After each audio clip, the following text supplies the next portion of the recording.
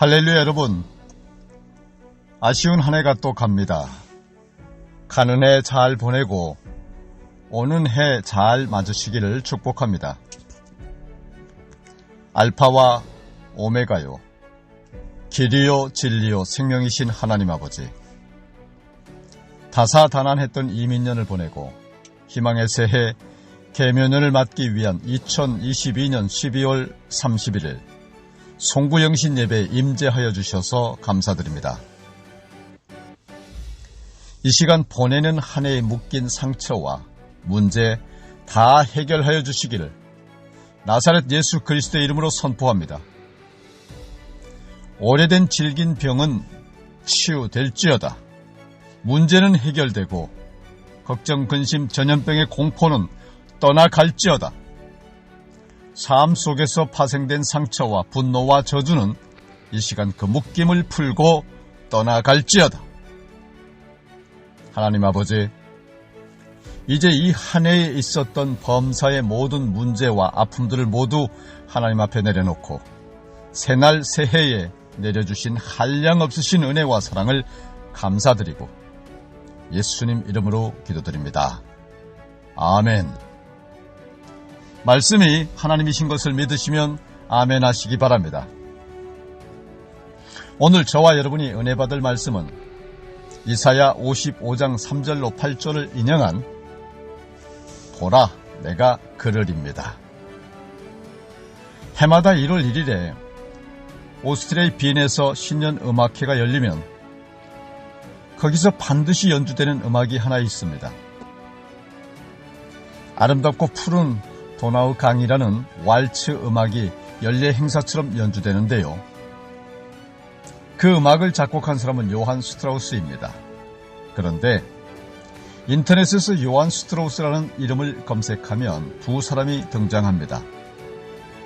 한 사람은 요한 스트라우스 1세이고 또 한 사람은 요한 스트라우스 2세입니다.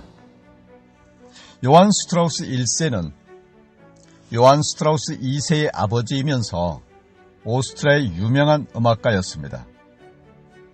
요한 스트라우스 2세는 그의 아들인데 아름답고 푸른 도나우 강을 작곡한 사람은 요한 스트라우스 2세입니다. 요한 스트라우스 2세는 왈츠의 왕이라는 이름으로 온 세상에 알려져 온 것입니다. 그런데 아들이 음악가가 되려 했을 때 음악가인 아버지는 적극 말렸었다고 합니다. 음악가라는 직업은 평생 가난에 시달려야 한다고 생각했기 때문입니다. 그러나 아들은 부자든 가난하든 상관없이 오직 음악가의 길을 가고 싶어 했습니다. 음악가라고 하는 이름을 통하여 아버지는 가난하고 어렵게 사는 인생을 생각했고 아들은 음악가가 되는 것 외에는 다른 생각을 하려고 하지 않았다고 하는 것입니다. 음악가라는 직업을 통하여 아버지가 가난한 인생을 생각했다고 한다면 그의 아들은 음악가의 길을 피할 수 없는 자신의 운명이요 인생의 길로 받아들였던 것입니다. 이 세상은 우리가 앞서간 인간들의 경험에 적응하며 복종하고 살기를 원합니다. 그런데 예수 그리스도의 길은 세상의 흐름이나 인간의 경험과는 전혀 다른 방향을 가리킵니다. 음악가라고 하는 직업을 통하여 아버지와 아들의 생각이 엇갈리고 있었다면 골고다의 십자가에서는 제자들 예수님이 서로 다른 방향을 바라보고 있었다는 말씀이 되는 것입니다. 예수님께서 이 땅에 오시기 오래전부터 예수님의 고난과 십자가는 이미 예언되어 있었습니다. 그 예언의 대표적인 경우가 이사야서 53장의 5절 말씀입니다. 그가 찔림은 우리의 허물을 인함이요 그가 상함은 우리의 죄악을 인함이라. 장차 오실 메시아는 고난을 당하게 될 것이라고 하는 이사야 선지자의 예언인 것입니다. 예수님에게 세례를 베풀던 세례 요한도 주님의 십자가를 예언하고 있었는데 요한복음 1장 29절을 통하여 세례 요한은 이렇게 탄식하며 외쳤습니다. 보라, 세상 죄를 지고 가는 하나님의 어린 양이로다. 그러니까 예수님의 십자가는 피할 수 없도록 되어 있었습니다. 예수님께서는 십자가를 지려고 이 땅을 찾아오셨다고 해도 지나친 말은 아닌 것이고, 예수님의 제자들이 보기에 골고다의 십자가는 저주와 형벌일 뿐입니다.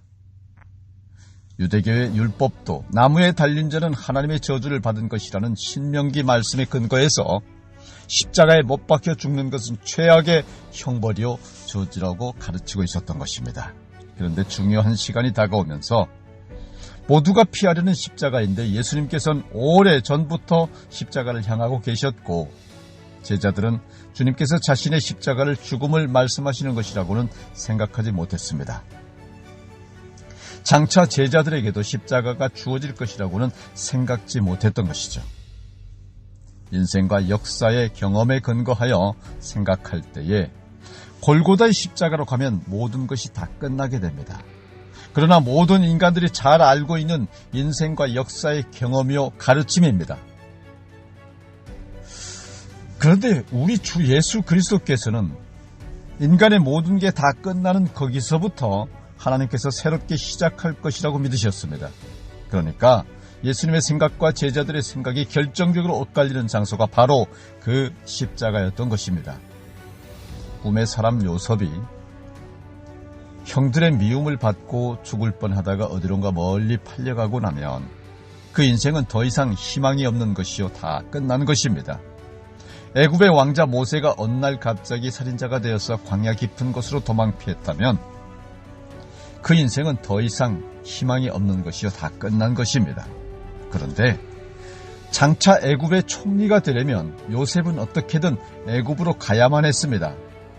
그러니까 애굽의 총리로서의 요셉의 인생은 갑자기 멀리 팔려가면서부터 구체적으로 시작된 셈입니다.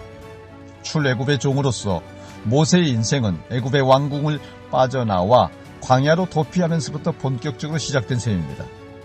어디론가 멀리 팔려가던 요셉의 절망적인 길과 모세의 그 광야는 인간의 경험 판단으로는 모든 게 다 끝나는 절망의 길이요 버려진 광야였습니다. 그런데 요셉이 그렇게 팔려가야만, 모세가 그렇게 버려져야만 하나님과 동행하는 그들의 새로운 인생이 구체적으로 시작될 것입니다. 요셉이 팔려가던 그 길과 모세에 버려진 그 광야에서 인간들은 모든 게 다 끝나는 절망과 죽음을 생각했던 것인데요. 그러나 하나님께서는 바로 거기서부터 하나님의 일을 시작하셨다고는 말씀인 것입니다. 그러니까 모든 인생들에게 언제든지 다가올 수 있는 절망과 죽음은 인간들의 경험 판단으로는 말 그대로 절망과 죽음일 뿐입니다. 그러나 우리를 구원하시려는 사랑의 하나님께서는 우리가 절망과 죽음 근처를 서성거릴 때에 우리에게 가장 가까이 다가오셨다고 하는 사실입니다. 우리가 절망과 죽음 근처에서 서성거릴 때 인간의 경험과 하나님의 사랑은 전혀 다른 판단을 내리게 되는 것입니다. 거기서 사람들은 이제는 너의 모든 것이 다 끝났다고 생각할 것입니다. 그러나 하나님께서는 너는 이제부터 새롭게 시작될 것이다 라고 말씀하시는 것입니다. 때문에 기독교인들은 십자가 동산 근처에서 헤매는 사람들입니다. 이 골고다 십자가 동산에서 나의 인생은 다 끝난 것이다 라고 말해야 하는 것인가? 아니면 바로 여기서부터 나의 인생은, 그리고 이 나라와 교회의 미래는 새롭게 시작될 것이라고 믿어야 할 것인가? 여러분, 지금도 이 나라는 심각한 위기 근처를 헤매고 있을 것이라 다들 생각되는 것입니다.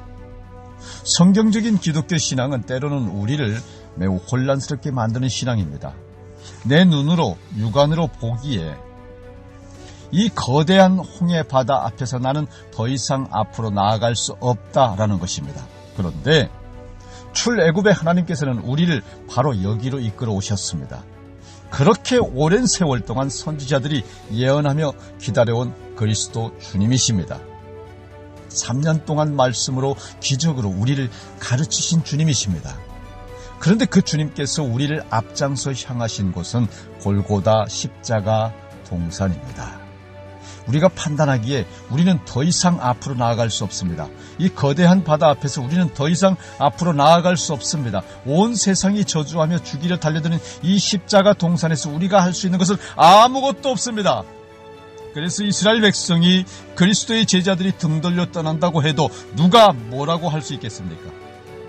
그런데 40년 광야 이후에 돌아온 늙은 모세는 그 홍해 바다를 바라봅니다. 모든 제자들이 등 돌려 떠난 예수 그리스도께서는 십자가를 향하고 계십니다. 바로 그런 상황, 그 시간, 그런 장소가 하나님의 계시의 장소가 되는 것입니다. 하나님의 계시는, 하나님의 구원의 능력은 어두움 속에 방황하며 흔들리는 우리 영혼을 향하고 있다고는 말씀인 것입니다.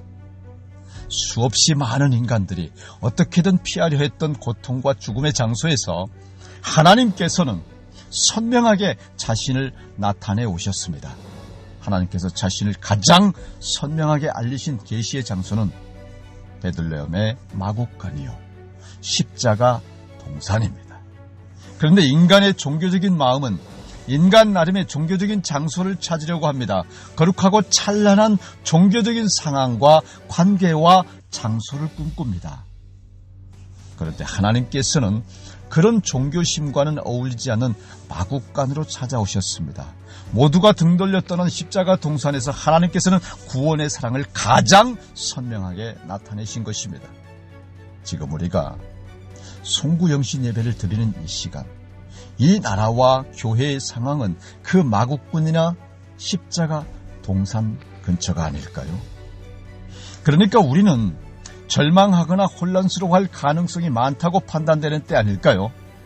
그런데 그 때로부터 지금까지 하나님께서는 바로 이런 상황에서 말씀하셨습니다. 그리고 하나님께서는 우리의 생각을 멈추고 하나님 말씀 청종하기를 원하셨습니다. 그때마다 하나님께서는 이렇게 말씀하셨습니다. 이사야 55장 8절입니다. 내 생각은 너희의 생각과 다르다. 그리고 이사야 55장 3절을 통하여 하나님께서는 이렇게 말씀하십니다. 너희는 귀를 기울이고 내게로 나와 들으라. 그리하면 너희의 영혼이 살리라. 하나님의 말씀을 들으면 너희가 살아날 것이라고 말씀하신 것입니다. 베들레헴의 마구간이나 십자가 동산에서 인간의 경험 판단을 내세우려는 사람들은 거기에 남아있을 수 없습니다. 등을 돌리거나 멀리 도망가야만 했기 때문입니다. 말씀을 듣고 믿는 사람들만이 거기에 남아서 우리 주 예수 그리스도를 아주 가까이서 만날 수 있었습니다. 마음을 열어 말씀을 듣는 영혼들에게만 그런 일이 허락이 되어지는 것입니다. 요한복음 5장 25절을 통하여 주님께서는 이렇게 말씀하십니다. 듣는 자는 살아나리라. 언제 어떤 상황에서도 하나님의 말씀을 듣는 자는 살아나게 되는 것입니다. 민족적, 국가적 위기 상황에서 자기 생각에만 충실한 사람에 대하여 하나님께서는 패역한 백성이라고 말씀하셨습니다. 그런 백성에 대하여 이사야 65장 2절은 자기 생각을 따라 옳지 않은 길을 걸어가는 패역한 백성이라고 부르는 것입니다.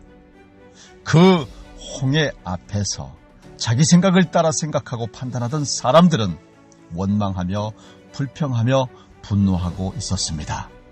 그런데 그 하나님의 말씀을 듣는 모세는 불가능의 바다를 바라보고 있었습니다. 베들레헴 마구간과 십자가 동산에서 그리고 이 시대의 위기에서는 자기 생각을 따라 판단하는 자가 아니라 말씀을 듣는 자가 살아남게 되는 것입니다. 어려운 세상, 흐름 따라서 염려 근심할 시간에 말씀을 들으며 말씀을 읽으며 믿음으로 새로운 해를 열어가시기를 축원합니다. 말씀을 정리하겠습니다. 1992년 12월 24일 성탄 전야제에 일어난 일인데요. 미국의 LA에서 자살 수동 사건이 벌어졌습니다.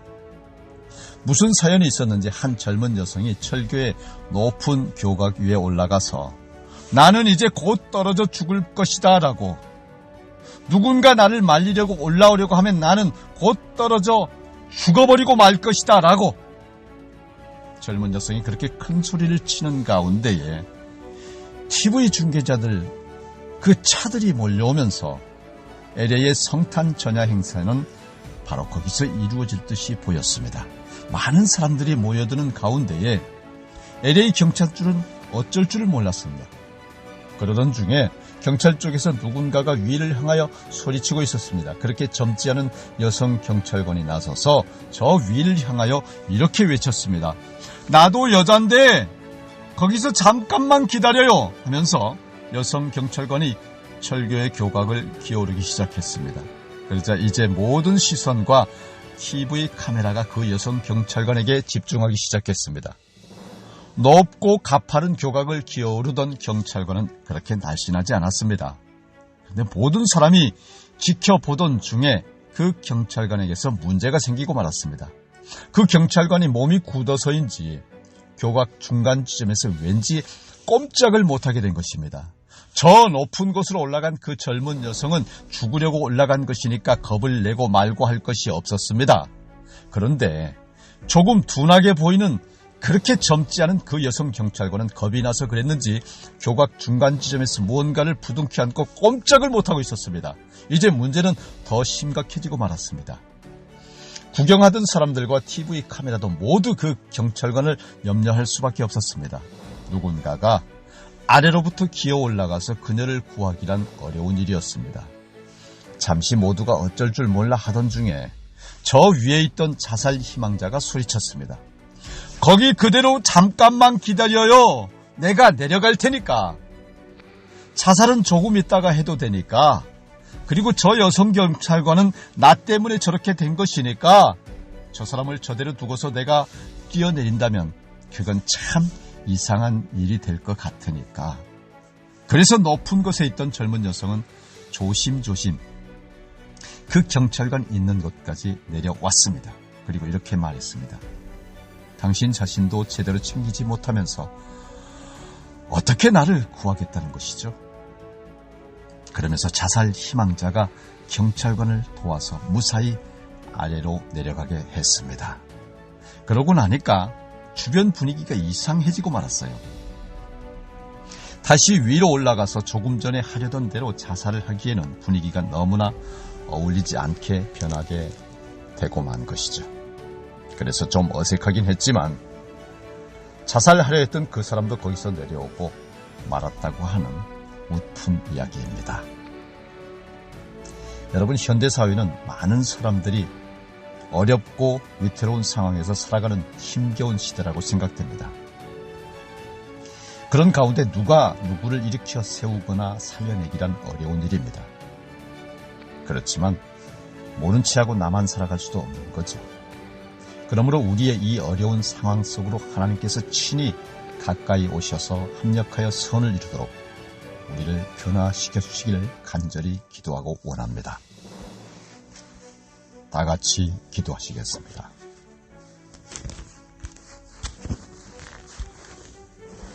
믿음, 소망, 사랑. 그중 제일은 사랑이라 하신 주님. 사랑 그 본체이신 하나님의 사랑으로 오늘 한 해를 보내고 맞는 우리에게 말씀이신 하나님을 믿고 순종하여 죄악과 질병 가운데 건져내서 살려주시고 해가 바뀔수록 더욱 캄캄한 암흑 속으로 빠져드는 현 시대를 사는 뭇백성들의 구원을 위하여 부르짖어 기도하고 하늘의 뜻을 이 땅에 이루시기를 원하시는 성령님, 예수님, 하나님의 삼중 축복의 은혜가 나와 우리와 이웃과 온 인류의 머리 위에 함께 하시기를 예수 그리스도 이름으로 기도드립니다. 아멘.